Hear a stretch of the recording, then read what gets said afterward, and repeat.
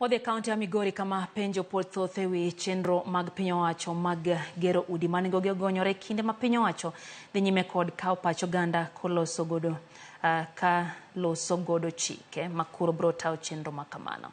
Oganda mathoth pok ong'eyo kaka ginyalo yudo udi ma kamago ka director migawo mar dongruok mag bombe kod udi e gwenge mag Nyanza Jared Obuoga to wacho ni chike masani piny owacho loso dhi keto chenro no bedo mayot ne oganda jo Kenya duto. If it will be built on a public land, will it be converted to a private sector?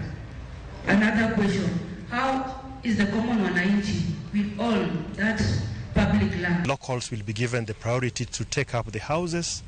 Locals will also be given the first opportunity to provide materials for the construction of these houses so that it can spur economic growth and spur development here.